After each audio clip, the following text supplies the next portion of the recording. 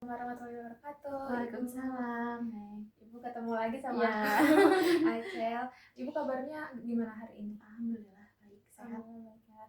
Karena kemarin kita kan sudah pengkajian, sudah ngobrol-ngobrol gitu. Nah setelah pengkajian itu eh, masalah masalah kesehatan yang eh, saya lihat gitu dari ibu ada hipertensi ya. Iya. Nah, jadi sekarang saya mau melakukan intervensi atau mau melakukan edukasi kesehatan mengenai hipertensi ke ibu gitu. Iya.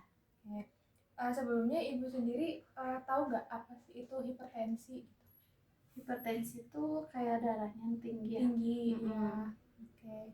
Tapi ibu selama ini pernah berusaha melakukan pengobatan untuk hipertensinya itu kan ya? Pernah. Udah pernah ke dokter juga Udah. ya? Oke. Mungkin aku mau lebih mengedukasi lagi aja tentang hipertensi itu. Oke. Jadi yang pertama benar kata ibu tadi, untuk hipertensi itu adalah tekanan darah yang tinggi gitu, di atas normal. Normalnya itu kan biasanya kalau orang dewasa 120/90 lah ya, per 80 gitu.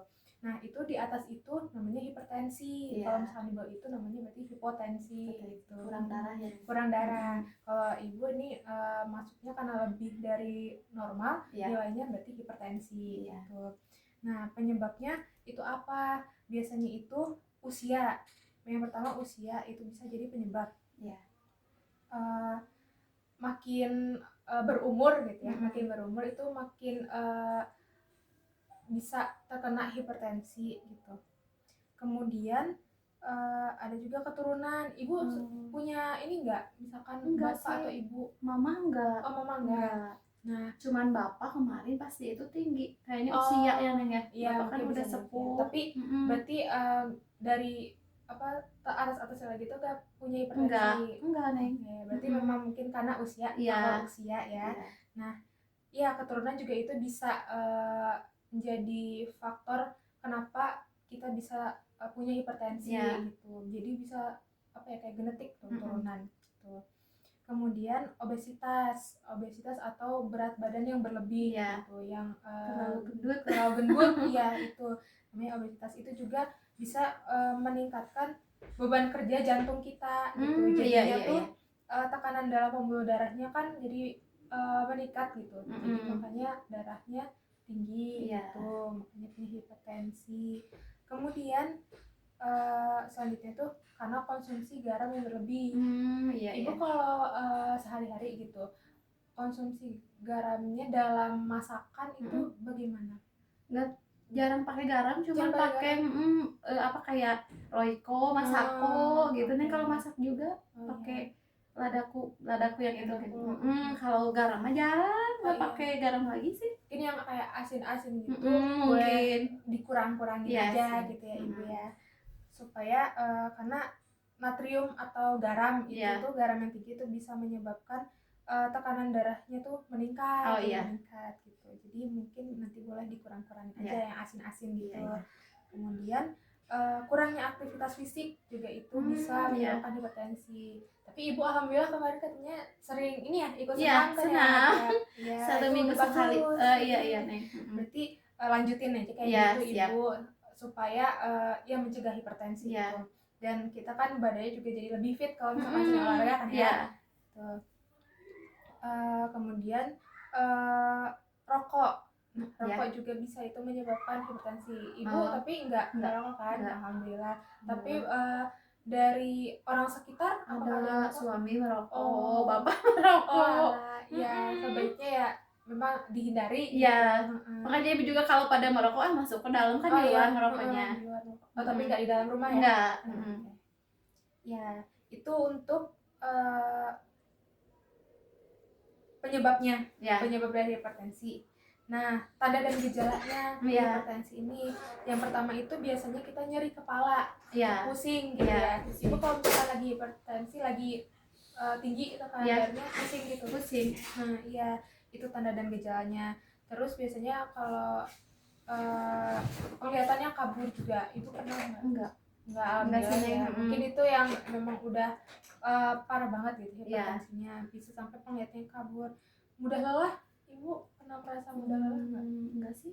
Enggak nih, alhamdulillah ya. Cuman kalau lagi ini paling pusing. Lagi pusing pasti jadi kerasa banget ya, capek gitu. Iya. Terus biasanya nyeri dada juga. Tapi belum sih nih. Ya jangan deh Bu ya. Jangan. Jangan.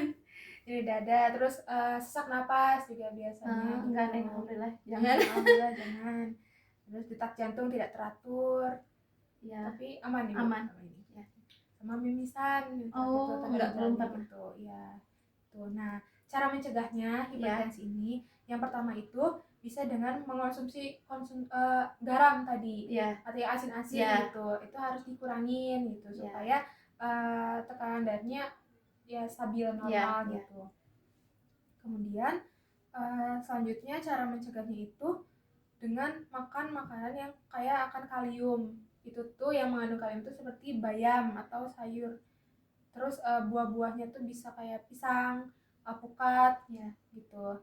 Bisa bagus ya nih? Iya, bagus, alpukat, pisang gitu Bu. Terus sayurannya tuh kayak bayam, terus tomat juga bisa, kentang gitu. Itu bisa menyeimbangkan adanya natrium di dalam tubuh kita gitu. Kemudian ibu juga harus menjaga berat badan ideal gitu. Jadi jangan terlalu over, jangan terlalu kurang juga gitu. Jadi ya ideal aja gitu. Kemudian rutin juga berolahraga. Alhamdulillah udah ya Ibu udah rutin tiap minggu ya. Ya minimal 30 menit gitu. Iya. Itu juga dari jam 7 beres paling jam 8 lebih. Berarti lumayan ya. Tiap minggunya itu udah alhamdulillah udah. Jalan juga sebenarnya, jalan juga ya. Ibu suka jalan sih ke rumah. Ciliwus kan jalannya. Itu juga. Jadi ada aktivitas fisik lah. Itu minimal gitu. Terus menghindari merokok.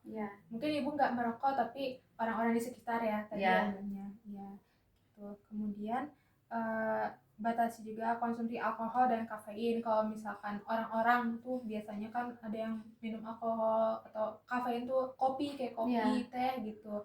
Tapi kopi nggak apa-apa nih? Kopi ya mungkin bisa dikurang-kurangin aja. Paling gitu. 1 kali. Terus biasanya kalau misalkan stres itu tuh jadi harus relaksasi aja, relaksasi diri gitu, tenangin diri, jangan terus dibawa ke pikiran banget gitu. Karena bisa nantinya jadi tekanan darahnya naik gitu. Jadi mungkin kalau misalnya lagi stres bisa relaksasi, terus coba atur nafas gitu. Kemudian tidurnya juga harus cukup. Tidurnya harus cukup. Idealnya mah 7-9 jam per harinya. Kalau ibu biasanya berapa jamnya? Kadang tidur teh paling ini jam 9 lah. Bangun jam 4. Nah, udah bagus berarti ya. Tidur siang? Siang mah paling sebentar. Tapi gak apa-apa, itu udah lumayan bagus ya. Terus terakhir ini ibu juga di rumah suka ini ya, cek tekanan darah mandiri kan ya, karena punya alatnya kan digital. Nah itu juga kalau misalnya udah kerasa tadi tanda gejala yang pusing, sakit kepala gitu, langsung coba cek aja gitu barangkali. Kalau pusing dicek gitu. Kalau misalkan pengobatan, ibu kan udah pernah ke dokter ya pas awal, terus habis itu jadi minum obat sendiri. Suka beli ke apotek. Gitu. Tapi setelah itu ada kontrol ke dokter nggak? Enggak. Tapi mungkin sebaiknya gitu, coba kontrol aja gitu. Walaupun memang mungkin nggak ada kerasa gimana gitu. Tapi nggak apa-apa, coba kontrol aja gitu. Kayak misalkan sebulan sekali atau 2 bulan sekali aja gitu. Nggak usah kayak tiap minggu gitu, nggak usah. Oke gitu. Mungkin itu penjelasan dari aku. Dari ibu ada pertanyaan nggak barangkali? Udah cukup berarti udah bisa dimengerti ya. Mengerti nih. Oke, alhamdulillah. Terima kasih ibu udah mau mendengarkan gitu. Semoga apa yang saya edukasikan ke ibu, apa yang saya jelaskan ke ibu itu bisa diterapkan gitu setelah ini ya. Terima kasih. Sama-sama nih.